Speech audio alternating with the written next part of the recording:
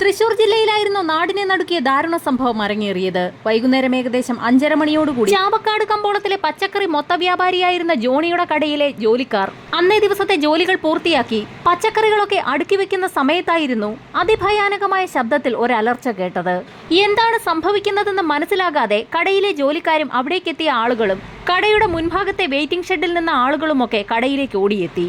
ഈ സമയത്തായിരുന്നു കടയ്ക്കുള്ളിൽ മുൻവശത്ത് ഒരു കോണിൽ മേശയ്ക്കരികിൽ റോഡിന് പിന്തിരിഞ്ഞ് കസേരയിലിരുന്ന് കണക്കെഴുതിക്കൊണ്ടിരിക്കുകയായിരുന്ന ജോണി മേശപ്പുറത്തേക്ക് കമിഴ്ന്നു വീണു കിടക്കുന്ന കാഴ്ച നാട്ടുകാരുടെ ശ്രദ്ധയിൽപ്പെട്ടത്. ഷോക്കേറ്റതുപോലെയാണ് ഇരുന്നിടത്ത് തന്നെ ജോണി വീണത്.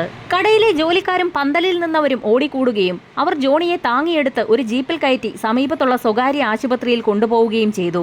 പക്ഷേ അതിനകം തന്നെ മരണം സംഭവിച്ചിരുന്നു. ജോണിയെ പരിശോധിച്ച ഡോക്ടർ പറഞ്ഞത് പെട്ടെന്ന് മരിച്ചത് ഹൃദയാഘാതം മൂലമായിരിക്കുമെന്നാണ്. മരണകാരണത്തിൽ ആർക്കും തന്നെ സംശയവും തോന്നിയില്ല. പുറമേ നിന്നൊരാക്രമണം ആരും നടത്തിയിട്ടുമില്ല. മൃതദേഹത്തിലാവട്ടെ പരിക്കുമില്ല. പിന്നെ എന്തിനു സംശയിക്കണം? വീട്ടിലേക്ക് കൊണ്ടുപോയ മൃതശരീരം പിറ്റേന്ന് രാവിലെ പള്ളിയിൽ സംസ്കരിക്കാനുള്ള ഏർപ്പാടുകളൊക്കെ ചെയ്യുകയും ചെയ്തു. സംസ്കാരത്തിനു മുൻപ് മൃതശരീരം കുളിപ്പിക്കുന്നതിനെടുത്തപ്പോഴാണ് മുതുകിൽ ഇടതു തോൾപ്പലകയുടെ ഭാഗത്ത് ഒരു ചെറിയ മുറിവ് ചിലർ കണ്ടത്. അവിടെ രക്തം പൊടിഞ്ഞ അടയാളവും വ്യക്തമായി കാണാമായിരുന്നു. ജോണിയുടെ മകനും കൂട്ടത്തിലുണ്ടായിരുന്നു. മുതുകിൽ മുറിവ് കണ്ട ഭാഗത്ത് തന്നെ ഷർട്ടിലും കീറലുണ്ട്. അവിടെയും ചോരപ്പാടുകളുണ്ട്. ആ മുറിവ് കണ്ട മകന് അപ്പന്റെ മരണത്തിൽ എന്തൊക്കെയോ സംശയങ്ങൾ തോന്നി. ആ ചെറുപ്പക്കാരൻ ജോണിയുടെ അനുജനെ വിളിച്ച് മുറിവ് കാണിച്ചു കൊടുത്തു. കടയിൽ നിന്ന് ജീപ്പിൽ കയറ്റി ജോണിയെ ആശുപത്രിയിൽ കൊണ്ടുപോയതിനിടയിൽ ജീപ്പിന്റെ വശത്തുള്ള ആണിയോ മറ്റോ കൊണ്ടതാകാമെന്ന് അയാൾ പറയുകയും ചെയ്തു. എങ്കിലും മകന്റെ സംശയം മാറിയില്ല. അയാൾ അപ്പന്റെ ഷർട്ട് രഹസ്യമായി സൂക്ഷിച്ചു വെച്ചു. എന്തായാലും നിശ്ചിത സമയത്ത് തന്നെ മൃതദേഹം പള്ളി സെമിത്തേരിയിൽ സംസ്കരിച്ചു. മനസ്സിൽ കുരുങ്ങിക്കിടന്ന സംശയവുമായി ജോണിയുടെ മകൻ പിറ്റേന്ന് തൃശൂർ ജില്ലാ പോലീസ് സൂപ്രണ്ടിനെ കാണാൻ ചെന്നു. മരണസമയത്ത് ജോണി ധരിച്ചിരുന്ന ഷർട്ടുമായാണ് മകൻ ചെന്നത്. വിവരങ്ങൾ ശ്രദ്ധയോടെ കേട്ട SP കേസിൽ കാര്യമായ ഒരു അന്വേഷണം നടത്താൻ ഉത്തരവിടുകയും ചെയ്തു.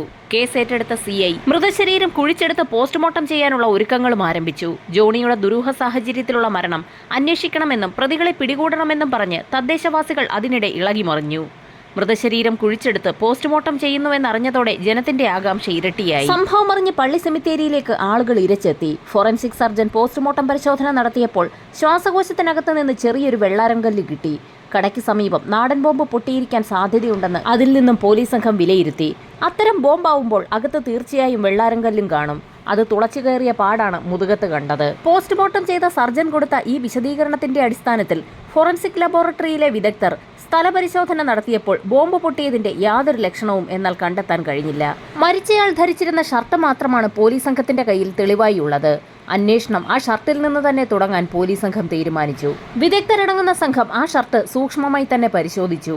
1/2 സെന്റിമീറ്റർ വ്യാസത്തിൽ വൃത്താകൃതിയിലുള്ള ഒരു ദ്വാരമാണ് മുതുകിന്റെ ഭാഗത്ത് കണ്ടിട്ടുള്ളത്.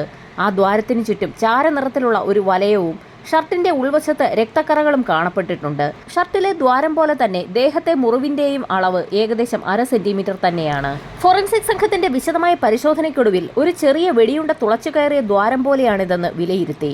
കാലിബർ 0.22 ഇഞ്ചുള്ള റിവോൾവറിലും റൈഫിളിലും ഉപയോഗിക്കുന്ന വെടിയുണ്ടയുടെ വ്യാസം 1/2 സെന്റിമീറ്ററാണ്. ഇത്തരം തോക്കുകളിലുള്ള വെടിയുണ്ടയ്ക്ക് ഒരു പ്രത്യേകതയുണ്ട്. ഉണ്ട നിർമ്മിച്ചിരിക്കുന്നത് തനി EM കൊണ്ട് മാത്രമായിരിക്കും. മറ്റു തോക്കുകളിലേതുപോലെ വെടിയുണ്ടയ്ക്ക് പിച്ചളയുടെയോ നിക്കലിന്റെയോ കവചമുണ്ടാവുകയില്ല. അത്തരമൊരു വെടിയുണ്ടയാണ് ഷർട്ട് തുളച്ചതെങ്കിൽ ആ ദ്വാരത്തിന് ചുറ്റും ചാര നിറമുള്ള ഒരു വലയമുണ്ടാകും. അതിൽ ഈയത്തിന്റെ അംശവും ഉണ്ടാകും. ഇത്രയും കാര്യങ്ങൾ മനസ്സിലാക്കിയ ഉടൻ തന്നെ ഫോറൻസിക് സംഘം ഷർട്ട് തിരുവനന്തപുരത്തെ ഫോറൻസിക് സയൻസ് ലബോറട്ടറിയിലേക്ക് അയച്ചു കൊടുത്തു. ബാലിസ്റ്റിക് വിദഗ്ധൻ വിഷ്ണു പോറ്റിക്കാണ് ഷർട്ട് അയച്ചു കൊടുത്തത്. അദ്ദേഹം അന്ന് തന്നെ ഒരു രാസപരിശോധന നടത്തി ഷർട്ടിലെ ദ്വാരത്തിന് ചുറ്റുമുള്ള വലയത്തിൽ ഈയത്തിന്റെ അംശമുണ്ടെന്ന് കണ്ടുപിടിച്ചു. ഷർട്ടിൽ കാണപ്പെട്ടത് 0.22 വെടിയുണ്ട തുളച്ചു കയറിയ അടയാളം തന്നെയാണെന്നും വിദഗ്ധ പരിശോധനയിൽ വ്യക്തമായി. ആദ്യത്തെ പോസ്റ്റ്മോർട്ടം പരിശോധനയിൽ വെടിയുണ്ട കണ്ടെത്താൻ കഴിയാതിരുന്നതിനാൽ ജോണിയെ വധിച്ചത് വെടിവെച്ചാണെന്ന കാര്യം സ്ഥിരീകരിക്കണമെങ്കിൽ വീണ്ടും കൂടുതൽ പരിശോധനകൾ നടത്തിയേ മതിയാകൂ. സെമിത്തേരിയിൽ നിന്ന് മൃതദേഹം പുറത്തെടുത്തുള്ള ആദ്യഘട്ടത്തിലെ പോസ്റ്റ്മോർട്ടം പരിശോധനയിൽ ഒരു വെള്ളാരം കല്ല് മാത്രമാണ് ശരീരത്തിനകത്തു നിന്ന് ലഭിച്ചത്. കൂടുതൽ അന്വേഷണങ്ങൾക്കായി SP ഉൾപ്പെടുന്ന സംഘം വീണ്ടും ജോണിയുടെ പച്ചക്കറിക്കടയിൽ പോയി. ജോണിക്ക് സംഭവിച്ചതിന്റെ ഒരു പുനരാവിഷ്കരണം തന്നെ പോലീസ് സംഘം അവിടെ നടത്തി. മരണസമയത്ത് ജോണി ധരിച്ചിരുന്ന ഷർട്ട് അയാളുടെ അത്ര തന്നെ വണ്ണവും തൂക്കവുമുള്ള മറ്റൊരാളെ ധരിപ്പിച്ച് കടയുടെ ക്യാഷ് കൗണ്ടറിൽ ജോണി ഇരുന്നിരുന്ന കസേരയിലിരുത്തി പോലീസ് സംഘം ഒരു പരീക്ഷണം നടത്തി. ഉടുപ്പിലെ ദ്വാരം മുതുകിൽ തോൾപ്പലകയ്ക്ക് താഴെയായിരുന്നു. വെടിയുണ്ട വന്നത് ഏത് ദിശയിൽ നിന്നാണെന്ന് ഏറെക്കുറെ വ്യക്തമായി. അത്തരത്തിലൊരു പരീക്ഷണം നടത്തുന്നതിനിടയിലാണ് പോലീസ് സംഘത്തിന് ഒരു കാര്യം വ്യക്തമായത്. ദൂരെ നിന്ന് നിറയൊഴിച്ചാൽ മുതുകിൽ തറയ്ക്കില്ല. കാരണം ജോണി ഇരുന്ന കസേരയ്ക്ക് പിന്നിൽ ചുവരാണ്. മാത്രമല്ല തട്ടുപന്തൽ താഴേക്ക് ചരിഞ്ഞതുമാണ്. അങ്ങനെയെങ്കിൽ തൊട്ടടുത്ത് കടയുടെ വരാന്തയിൽ തന്നെ നിന്നുകൊണ്ടാകാം കൊലയാളി നിറയൊഴിച്ചതെന്ന് പോലീസ് ഉറപ്പിച്ചു. അങ്ങനെയെങ്കിൽ കടയിലെ ജോലിക്കാർ വെടിയൊച്ച കേട്ടിരിക്കണം. കടയിലെ ജോലിക്കാരെ ചോദ്യം ചെയ്തപ്പോൾ കടയുടമ ജോണി മരിച്ചു വീണ സമയത്ത് ഇടിവെട്ടുന്നതുപോലെ എന്തോ ശബ്ദം കേട്ടതായി കടയിലെ 3 ജോലിക്കാർ നേരത്തെ പോലീസിന് മൊഴി നൽകിയിരുന്നു. ആ മൊഴിയും ശ്വാസകോശത്തിലെ വെള്ളാരം കല്ലും കൂടി ചേർത്ത് വായിച്ചപ്പോഴാണ് ബോംബ് പൊട്ടിയതാണെന്ന ആദ്യത്തെ നിഗമനത്തിലെത്തിയിരുന്നത്. ചാറ്റൽ മഴയും മിന്നലും ഉണ്ടായിരുന്ന സമയമായിരുന്നതിനാൽ ഇടിവെട്ടിയതാണെന്നേ ജോലിക്കാർ അന്ന് കരുതിയിരുന്നുള്ളൂ. വെടിയൊച്ചയാണോ എന്ന് അവർക്കും മനസ്സിലായില്ല.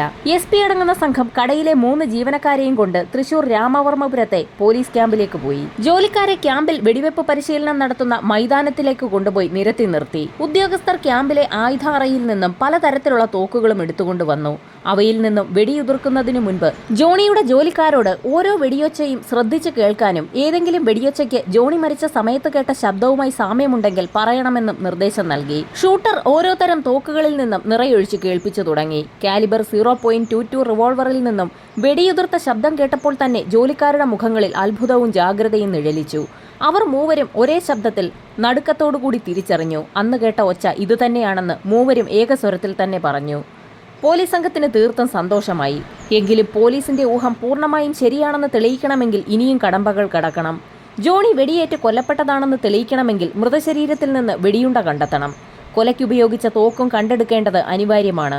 മൃതദേഹത്തിൽ വെടിയുണ്ട കാണുമെന്നത് പോലീസ് സംഘത്തിന്റെ ഒരു ഊഹം മാത്രമാണ്. മൃതദേഹം ആദ്യത്തെ പരിശോധനയ്ക്ക് ശേഷം കുഴിച്ചിട്ടിട്ട് ഇപ്പോൾ 2 മാസത്തോളം കഴിഞ്ഞിരിക്കുകയാണ്. ചീഞ്ഞ ശരീരാവശിഷ്ടങ്ങളിൽ നിന്ന് 1 സെന്റിമീറ്റർ നീളവും 1/2 സെന്റിമീറ്റർ വ്യാസവുമുള്ള ഒരു ബുള്ളറ്റ് എങ്ങനെ കണ്ടുപിടിക്കാൻ കഴിയും? അത് വൈക്കോൽ കൂനയിൽ കളഞ്ഞുപോയ സൂചി തിരയുന്നത് പോലെ വളരെ പ്രയാസമുള്ള ഒരു കാര്യമാണെന്ന് പോലീസ് സംഘത്തിന് മനസ്സിലായി. പെട്ടെന്നാണ് DYSPക്ക് ഒരു ഐഡിയ തോന്നിയത്. മെറ്റൽ ഡിറ്റക്ടർ ഉപയോഗിച്ച് ഒരു പരിശോധന നടത്താം. 10 അടി ആഴത്തിൽ വരെ കുഴിച്ചിട്ടിരിക്കുന്ന ബോംബുകളും ലോഹസാധനങ്ങളും കണ്ടെത്താൻ ശേഷിയുള്ള ഒരു ആധുനിക മെറ്റൽ ഡിറ്റക്ടർ തിരുവനന്തപുരത്ത് സ്പെഷ്യൽ ബ്രാഞ്ചിലുണ്ടെന്നും അത് കൊണ്ടുവന്ന് പരിശോധന നടത്താമെന്നും SP ഉടൻ തന്നെ നിർദ്ദേശം നൽകി. ഇതിനിടയിൽ തന്നെ ശവശരീരം വീണ്ടും ഒന്നുകൂടി പുറത്തെടുത്ത് പരിശോധന നടത്താമെന്ന് ധാരണയുമായി. എന്നാൽ ഈ അവസരത്തിൽ കേസിന്റെ അന്വേഷണം പെട്ടെന്ന് ക്രൈംബ്രാഞ്ചിന് കൈമാറുവാൻ പോലീസ് ആസ്ഥാനത്ത് നിന്നും ഒരു ഉത്തരവ് കൂടി പുറത്തുവന്നു. മെറ്റൽ ഡിറ്റക്ടർ ഉപയോഗിച്ചാലും വളരെ ചെറിയ വെടിയുണ്ട ചീഞ്ഞ ശവശരീരത്തിൽ നിന്നും കണ്ടുപിടിക്കാൻ കഴിയുമോ എന്നുള്ളത് തീർത്തും ശ്രമകരമായ ഒരു കാര്യമായിരുന്നു. മൃതദേഹം വീണ്ടും കുഴിച്ചെടുക്കുന്നതിന് മുൻപ് മെറ്റൽ ഡിറ്റക്ടർ ഉപയോഗിച്ച് വെടിയുണ്ട കണ്ടുപിടിക്കുവാൻ കഴിയുമോ എന്നറിയാൻ പോലീസ് സംഘം ഒരു പരീക്ഷണം തന്നെ നടത്തി. അതിനായി സ്പെഷ്യൽ ബ്രാഞ്ചിൽ നിന്നും മെറ്റെക്സ് എന്ന ബ്രാൻഡിലുള്ള മെറ്റൽ ഡിറ്റക്ടർ കൊണ്ടുവരികയും പോലീസ് ക്ലബിലെ ഹാളിൽ SP കൊണ്ടുവന്ന ഒരു വലിയ പഞ്ഞിമെത്ത ചുരുട്ടുവെച്ച് അതിനകത്ത് 0.22 റിവോൾവർ ചേർത്ത് വെച്ച് നിറയൊഴിക്കുകയും ചെയ്തു. മെത്ത പൊട്ടി പഞ്ഞി മുഴുവൻ ചിതറിത്തെറിച്ചു. വെടിയുണ്ട പഞ്ഞിക്കിടയിൽ എവിടെയോ ഉണ്ട്. മെറ്റൽ ഡിറ്റക്ടർ പഞ്ഞി കഷ്ണങ്ങൾക്ക് മുകളിലൂടെ നീക്കി നിരക്കി നോക്കി. ഏതെങ്കിലും ലോഹസങ്കരങ്ങൾ ഉണ്ടെങ്കിൽ മെറ്റൽ ഡിറ്റക്ടർ ബീപ്പ് ശബ്ദം പുറപ്പെടുവിക്കും. മിനിറ്റുകൾക്കകം മെറ്റൽ ഡിറ്റക്ടർ വെടിയുണ്ട കണ്ടെത്തുകയും ചെയ്തു.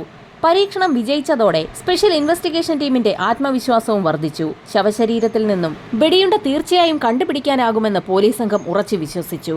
അങ്ങനെ നിർണായകമായ ആ ദിവസം വന്നെത്തി. ചാവക്കാട് തഹസീൽദാരുടെ സാന്നിധ്യത്തിൽ സെമിത്തേരിയിലെ കല്ലറയിൽ നിന്നും ജോണിയുടെ മൃതദേഹം അടക്കം ചെയ്ത പേടകം വീണ്ടും പുറത്തെടുത്തു. വലിയ ജനക്കൂട്ടമാണ് അന്ന് പള്ളിപ്പരിസരത്ത് തടിച്ചുകൂടിയത്. കോട്ടയം മെഡിക്കൽ കോളേജിലെ ഫോറൻസിക് മെഡിസിൻ മേധാവിയും പോലീസ് ഫോറൻസിക് സർജന്മാരും ഉൾപ്പെടുന്ന ഒരു ടീം തന്നെ കയ്യുറകളുമൊക്കെ ധരിച്ച് പരിശോധനയും ആരംഭിച്ചു. സ്പെഷ്യൽ ബ്രാഞ്ചിലെ സമർത്ഥരായ 2 പോലീസുകാർ മെറ്റൽ ഡിറ്റക്ടറുമായി മൃതദേഹത്തിന് സമീപമെത്തി. മൃതദേഹം പെട്ടിയിൽ നിന്നും കുഴിക്കരികിൽ നിവർത്തിയിട്ട ഒരു വലിയ ക്യാൻവാസ് ഷീറ്റിലേക്ക് മാറ്റി. മൃതദേഹം ചീഞ്ഞഴുകി കറുത്ത മാംസപിണ്ഡമായി മാറിക്കഴിഞ്ഞിരുന്നു. ഓരോ ശരീരഭാഗവും കയ്യിലെടുത്ത് ഫോറൻസിക് സംഘം പരിശോധന ആരംഭിച്ചു. പോലീസുകാർ മെറ്റൽ ഡിറ്റക്ടർ അതിനു മുകളിൽ പിടിക്കും. 1 മണിക്കൂർ കഴിഞ്ഞിട്ടും വെടിയുണ്ട കണ്ടെത്താൻ കഴിഞ്ഞില്ല. ഇടയ്ക്ക് ഡിറ്റക്ടർ ബീപ്പ് ശബ്ദം ഉണ്ടാക്കുകയും ചെയ്തു. പോലീസ് സംഘം ആകാംക്ഷയോടെ നോക്കിയെങ്കിലും അത് ശവപ്പെട്ടിയുടെ ഒരു തുരുമ്പിച്ച ആണിയായിരുന്നു. സമയം കടന്നു പോകുന്തോറും വെടിയുണ്ട കണ്ടെത്താൻ കഴിയാത്തത് തീർത്തും ആകാംക്ഷയുണ്ടാക്കി. ഉച്ചവരെ മെറ്റൽ ഡിറ്റക്ടർ ഉപയോഗിച്ചുള്ള പരിശോധന നടത്തിയെങ്കിലും ഒരു പ്രയോജനവും ഉണ്ടായില്ല. ഉച്ചയ്ക്ക് ശേഷം വീണ്ടും പരിശോധന ആരംഭിച്ചു. അടർന്നുപോയ ശ്വാസകോശത്തിന്റെ ഒരു ഭാഗമെടുത്ത് മെറ്റൽ ഡിറ്റക്ടറിന് താഴെ കാണിച്ചപ്പോൾ ഉച്ചത്തിൽ അത് ബീപ്പ് ശബ്ദം മുഴക്കി തുടങ്ങി. അതിനുള്ളിൽ നോക്കിയപ്പോൾ 0.22 ബുള്ളറ്റ് കാണുകയും ചെയ്തു. അവിടെ കൂടി നിന്ന നാട്ടുകാരെയും പോലീസുകാരെയും ഒക്കെ ഫോറൻസിക് സർജൻ ആ ചെറിയ വെടിയുണ്ട എടുത്ത് കാണിച്ചു കൊടുക്കുകയും ചെയ്തു. ഒളിഞ്ഞുകിടന്ന ഒരു വലിയ സത്യത്തെ മറനീക്കി പുറത്തു കൊണ്ടുവരാൻ കഴിഞ്ഞതിന്റെ സംതൃപ്തിയോടുകൂടി പോലീസ് സംഘം വീണ്ടും പരിശോധന ആരംഭിച്ചു. സാധാരണയായി വെടിയുണ്ട തോക്കിൻകുഴലിൽ നിന്നും പുറത്തു വരുമ്പോൾ അതിൽ പൊടികൾ ഉണ്ടാകും. തോക്കിൻകുഴലിൽ വരമ്പുകളുള്ളതുകൊണ്ടാണ് വെടിയുണ്ടയിൽ ഇപ്രകാരം പൊടികൾ ഉണ്ടാകുന്നത്. എന്നാൽ ആ വെടിയുണ്ടയിൽ പൊടികളില്ലായിരുന്നു. അതിന്റെ അർത്ഥം വെടിവെക്കാൻ ഉപയോഗിച്ച തോക്കിൽ റൈഫിളിംഗ് ഇല്ലാത്ത വ്യാജനിർമ്മിതമായ തോക്കാണെന്നാണ്. കൊല്ലന്മാർ രഹസ്യമായി ഉണ്ടാക്കുന്ന തോക്ക്. ഫാക്ടറികളിൽ ഉണ്ടാക്കുന്ന തോക്കുകളിൽ മാത്രമേ റൈഫിളിംഗ് കാണൂ. പോലീസ് സംഘത്തിന്റെ അന്വേഷണത്തിൽ തൃശൂർ, മലപ്പുറം ഭാഗങ്ങളിൽ നിന്നും കള്ളത്തോക്കുണ്ടാക്കുന്ന നിരവധി പേരെ കണ്ടെത്താനും കഴിഞ്ഞു. ഇനി പോലീസ് സംഘത്തിന് ഒരു കാര്യം കൂടി മാത്രമേ കണ്ടുപിടിക്കേണ്ടതുള്ളൂ: ആരാണ് ജോണിയുടെ ഘാതകൻ? സംഭവം നടന്ന ദിവസം ജോണിയുടെ കടയുടെ വരാന്തയിൽ നിന്ന ആളുകളെയെല്ലാം അന്വേഷണ ഉദ്യോഗസ്ഥർ ചോദ്യം ചെയ്തു. മഴയത്ത് ആളുകൾ വരാന്തയിൽ നിൽക്കുമ്പോഴാണ് ഇടിയൊച്ച കേട്ടതും ജോണി മരിച്ചു വീണതും. ആളുകളെല്ലാം കടയിലേക്ക് ഇരച്ചു കയറിയ സമയത്ത് ഒരാൾ മാത്രം മഴയിലേക്കിറങ്ങി ധൃതിയിൽ നടന്നു പോകുന്നത് കണ്ടെന്ന് ചില ആളുകൾ വിവരം നൽകി. ആയിടയ്ക്ക് 0.22 വെടിയുണ്ട കിട്ടുമോ എന്ന് അന്വേഷിച്ച് ഒരാൾ ആ പ്രദേശത്ത് കറങ്ങി നടന്നിരുന്നതായും നാട്ടുകാരെ ചോദ്യം ചെയ്തതിൽ നിന്നും പോലീസിന് വ്യക്തമായി. കേസന്വേഷണത്തിൽ ഗണ്യമായ പുരോഗതി കൈവരിച്ചെങ്കിലും പ്രതിയെ കണ്ടെത്താൻ ക്രൈംബ്രാഞ്ചിന് കഴിഞ്ഞില്ല. ആ സാഹചര്യത്തിൽ കേസന്വേഷണം CBIക്ക് വിട്ടു. ജോണിക്ക് ശത്രുക്കൾ ആരെങ്കിലും ഉണ്ടായിരുന്നോ എന്നുള്ളതായിരുന്നു ആദ്യഘട്ടത്തിലെ അന്വേഷണം. ജോണി ഇല്ലാതായാൽ ആർക്കാണ് പ്രയോജനം? ഇതൊക്കെയായിരുന്നു CBI അന്വേഷിച്ചത്. അവർ ശരിയായ ദിശയിലായിരുന്നു നീങ്ങിയത്. ബന്ധുക്കൾക്കോ നാട്ടുകാർക്കോ ജോണിയോട് വിരോധമൊന്നുമില്ലായിരുന്നു. ബിസിനസ്സിൽ മാത്രമേ ജോണിക്ക് എതിരാളികൾ ഉണ്ടായിരുന്നുള്ളൂ. ചാവക്കാട് ചന്തയിൽ തന്നെയുള്ള മറ്റൊരു പച്ചക്കറി കടക്കാരൻ. പച്ചക്കറി വില കുറച്ച് വിൽക്കുന്ന കാര്യത്തിൽ ഇവർ തമ്മിൽ മത്സരവും അതിന്റെ പേരിൽ അയാൾക്ക് ജോണിയോട് വൈരാഗ്യവും ഉണ്ടായിരുന്നു. അന്വേഷണത്തിൽ അയാളാണ് വാടക കൊലയാളിയെ കൊണ്ട് ജോണിയെ കൊല്ലിച്ചതെന്ന് തെളിഞ്ഞു. CBI സ്പെഷ്യൽ കോർട്ടിൽ കേസിന്റെ വിചാരണ നടന്നപ്പോൾ പോലീസ് സർജന്മാരുൾപ്പെടെ മൊഴി നൽകി. കേസന്വേഷണം പൂർത്തിയാക്കിയ പോലീസ് സംഘം കുറ്റപത്രം കോടതിയിൽ സമർപ്പിച്ചു. ഇതുപോലെ മരിച്ച് മാസങ്ങൾക്ക് ശേഷം ദ്രവിച്ച ശരീരത്തിൽ നിന്ന് മെറ്റൽ ഡിറ്റക്ടർ ഉപയോഗിച്ച് വെടിയുണ്ട കണ്ടെത്തുന്ന സംഭവം അപൂർവമായി സംഭവിക്കുന്ന കാര്യമാണെന്ന് കോടതി വിലയിരുത്തി.